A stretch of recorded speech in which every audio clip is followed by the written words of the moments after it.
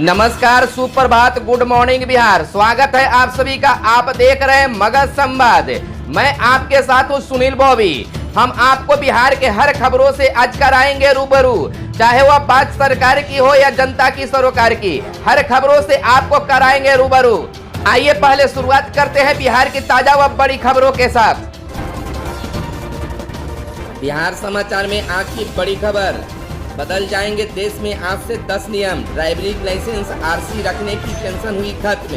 दुकानदार नहीं बेच सकेंगे पुरानी मिठाई। टीवी खरीदना होगा महंगा। रसोई गैस हो सकती है सस्ती।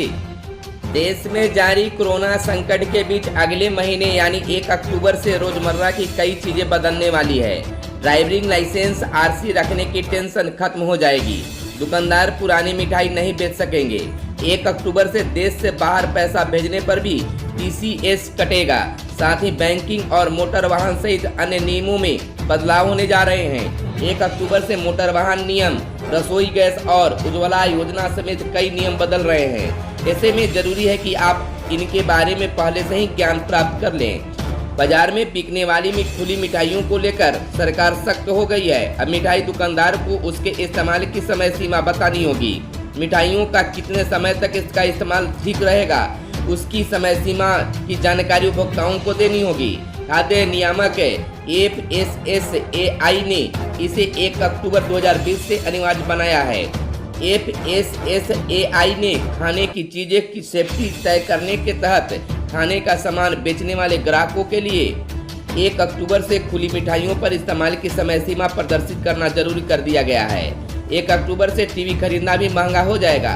सरकार ने टीवी के विनिर्माण में उपभोग होने वाले ओपन सेल के आयात पर 5% सीमा शुल्क बहाल करने का फैसला किया है। इसके लिए सरकार ने 1 साल की छूट दी थी, जो 30 सितंबर को खत्म हो जाएगी। इसमें 32 इंच के टीवी का दाम 600 रुपये और 42 इंच का दाम 1200 रुपये से 1500 रुपये तक बढ़ जाएंगे। इसलिए 1 अक्टूबर से टीवी खरीदना महंगा होना तय है। हर महीने की शुरुआत में सरकारी कंपनियां रसोई गैस और नेचुरल गैस के दाम को रिवाइज करती है। सितंबर में 14.2 किलोग्राम और 19 किलोग्राम वाले गैस सिलेंडर के दाम में कमी की गई थी। उम्मीद है कि अक्टूबर में रसोई गैस के दाम घट सकते हैं। त्योहारी सीजन में सरकार उपभोक्ताओं को इसका लाभ देना चाहती है। यही वजह है कि अक्टूबर में रसोई गैस के दाम घटने की उम्मीद की जा रही है। 15 अक्टूबर से खुलेंगे सिनेमा हॉल, पार्क और स्विमिंग पूल। स्कूलों और कोचिंग संस्थानों को खोलने को लेकर 15 अक्टूबर के बाद फैसला। आज से अनलॉक 5 की होगी शुरुआत। कोरोना संक्रमण के बढ़ते मामलों के बीच अनलॉक 5 के दिशा निर्देश बुधवार को जारी कर दिए गए हैं। त्योहार के सीजन को देखते हुए सरकार ने अनलॉक 5 में छूट बढ़ा दी गई है। अनलॉक 5 की शुरुआत गुरुवार से होगी। इसके तहत सरकार ने cinema hall, entertainment park, swimming pool को 15 अक्टूबर से खोलने की अनुमति दे दी है। हालांकि सिनेमा हॉल को 50% क्षमता के साथ ही खोलने की इजाजत दी गई है। गृह मंत्रालय के दिशा निर्देशों के अनुसार स्कूलों और कोचिंग संस्थानों को खोलने को लेकर 15 अक्टूबर के बाद राज्य सरकारें अपने हिसाब से फैसला कर सकेंगी। हालांकि इस दौरान माता पिता की सहमति की जरूरत होगी। अक्टूबर से नवंबर तक होने वाले भारतीय त्योहारों जैसे दशहरा, दीपावली के लिए केंद्र सरकार ने मानक संचालन प्रक्रिया SOP में इस बात का खास ध्यान रखा है। लोग कोरोना संक्रमण से बचाव के उपायों के साथ त्योहारों को भी हर्षोल्लास के साथ मना सकें। अनलॉक 5 में केंद्र सरकार ने कंटेनमेंट जोन में जारी सख्त लॉकडाउन 31 अक्टूबर तक बढ़ा दिया है। उच्च शिक्षा संस्थानों में केवल PhD और विज्ञान प्रौद्योगिकी स्ट्रीम में स्नातकोत्तर छात्रों के लिए प्रयोगशाला और प्रयोगात्मक कार्यों की अनुमति होगी, जिन्हें 15 अक्टूबर से खोलने की इजाजत दी गई है। 9वीं से 12वीं वाले स्कूलों में हो रही है मॉनिटरिंग। 9वीं से 12वीं वाले स्कूलों में कोरोना से बचाव को लेकर की गई व्यवस्था का अधिकारियों द्वारा जायजा लिया जा रहा है। जायजे के क्रम में यह देखा जा रहा है कि स्कूलों में सरकारी गाइडलाइन का अनुपालन हो रहा है या नहीं। 9वीं से 12वीं की पढ़ाई वाले स्कूलों में सरकारी गाइडलाइन के अनुपालन की मॉनिटरिंग की जिम्मेदारी शिक्षा विभाग द्वारा हर जिले के जिला शिक्षा पदाधिकारी को सौंपी गई है। इसके लिए हर जिले के जिला शिक्षा पदाधिकारी कार्यालय में एक सेल गठित करने का भी शिक्षा विभाग ने निर्देश जारी किया है। सोमवार वाले बच्चे आज से जाएंगे स्कूल। सोमवार को स्कूल आए 9वीं से 12वीं के छात्र छात्रा गुरुवार को फिर आएंगे स्कूल। प्रतिदिन अधिकतम 33% उपस्थिति के हिसाब से हर छात्र छात्रा को हफ्ते में 2 दिन ही स्कूल आना है। यह व्यवस्था राज्य भर में कंटेनमेंट जोन के बाहर के स्कूलों में सोमवार से लागू हुई है। इसके तहत जो छात्र छात्रा सोमवार को स्कूल आए थे उसकी बारी अब गुरुवार को है। इसी व्यवस्था के तहत मंगलवार को स्कूल गए छात्र छात्रा दोबारा शुक्रवार को एवं बुधवार को स्कूल गए छात्र छात्रा दोबारा शनिवार को जाएंगे। स्कूलों की बात करें तो 9वीं से 12वीं तक के छात्र छात्राओं की उपस्थिति काफी नगण्य है। हर दिन 33% से काफी कम संख्या में छात्र छात्रा पहुंच रहे हैं। हालांकि वर्ग कक्ष सैनिटाइज किए गए हैं। मार्गदर्शन कक्षा में छात्र छात्रा के बैठने की व्यवस्था ऐसी की गई है कि सोशल डिस्टेंसिंग पर हर हाल में अमल हो। अभ्यर्थियों ने खटखटाया शिक्षा विभाग का दरवाजा।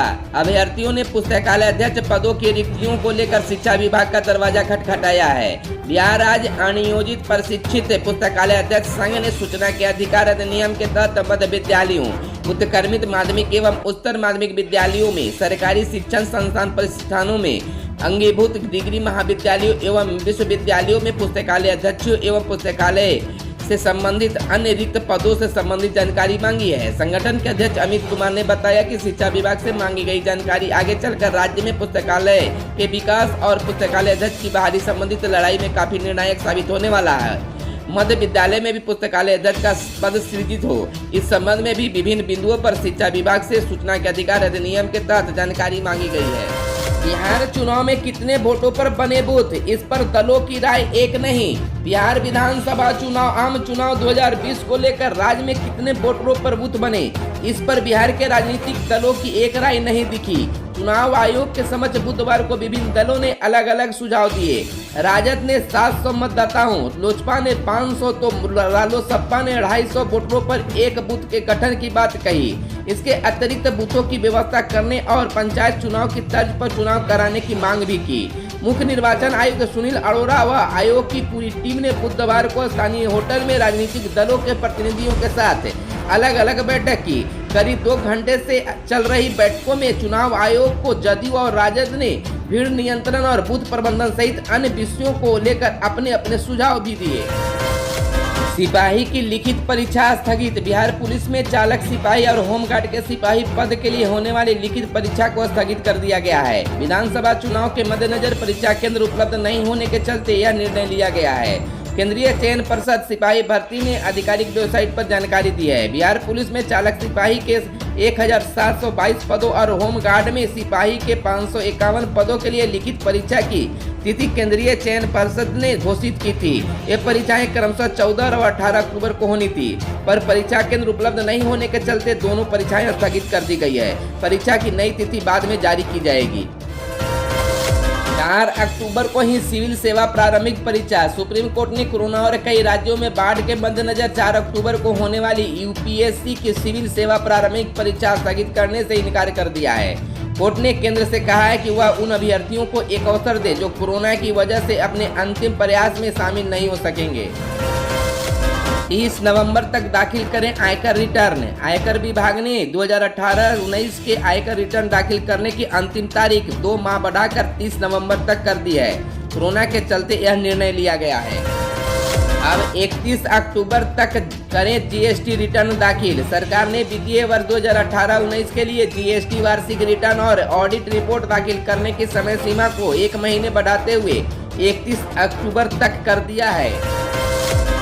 दावे और आपत्ति की तिथि 9 अक्टूबर तक। प्रारंभिक शिक्षक नियोजन के लिए दावे और आपत्ति की तिथि 9 अक्टूबर तक बढ़ा दी गई है। दरअसल प्रदेश की कई नियोजन इकाइयों ने अभी तक मेरिट सूची ही अपलोड नहीं की थी, लिहाजा प्रारंभिक शिक्षा निदेशक डॉक्टर रंजीत कुमार सिंह ने दावे और आपत्ति की तिथि बढ़ाने के दिशा निर्देश जारी किए।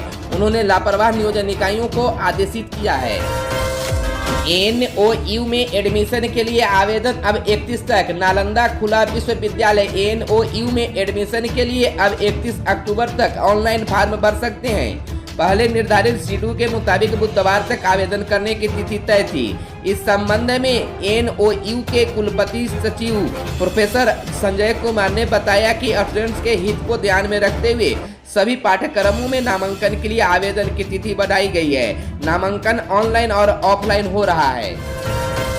शिक्षक संघ ने कहा, शिक्षक मुआवजे को बंद न करे सरकार। नियोजित शिक्षकों को सेवा काल में आकस्मिक मृत्यु पर मिलने वाला 4 लाख रुपए का मुआवजा अब नहीं मिलेगा। राज्य सरकार ने इसे बंद करने का फैसला किया है। राज्य सरकार के इस फैसले से नियोजित शिक्षक नाराज हैं। शिक्षक संघों ने इसे अमानवीय बताया है और इसे जल्द वापस लेने की मांग की है।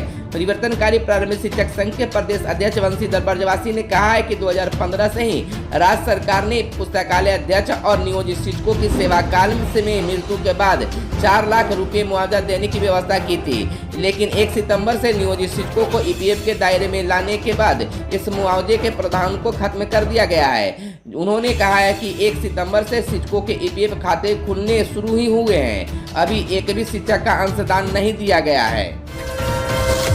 अमीन भर्ती के लिए प्रक्रिया हुई शुरू। PCECEB ने अमीन भर्ती के लिए ऑनलाइन रजिस्ट्रेशन की प्रक्रिया बीते दिन से शुरू कर दी है। कुल 40 वैकेंसी निकाली गई है। अंतिम तिथि 31 अक्टूबर 2020 है। आवेदन करने व परीक्षा शुल्क भुगतान के लिए चालान डाउनलोड करने की अंतिम तिथि 29 अक्टूबर है। आवेदन भरने एवं चालान डेबिट क्रेडिट कार्ड अथवा नेट बैंकिंग के माध्यम से परीक्षा शुल्क भुगतान की अंतिम तिथि 31 अक्टूबर 2020 है। परीक्षा तिथि की घोषणा के बाद बोर्ड के वेबसाइट पर की जाएगी। चयनित उम्मीदवारों को बिहार सरकार के पर्यावरण, वन एवं जलवायु परिवर्तन विभाग में नियुक्ति मिलेगी। खबरों में आज बस इतना ही। धन्यवाद। जय हिंद, जय भारत, वंदे मातरम।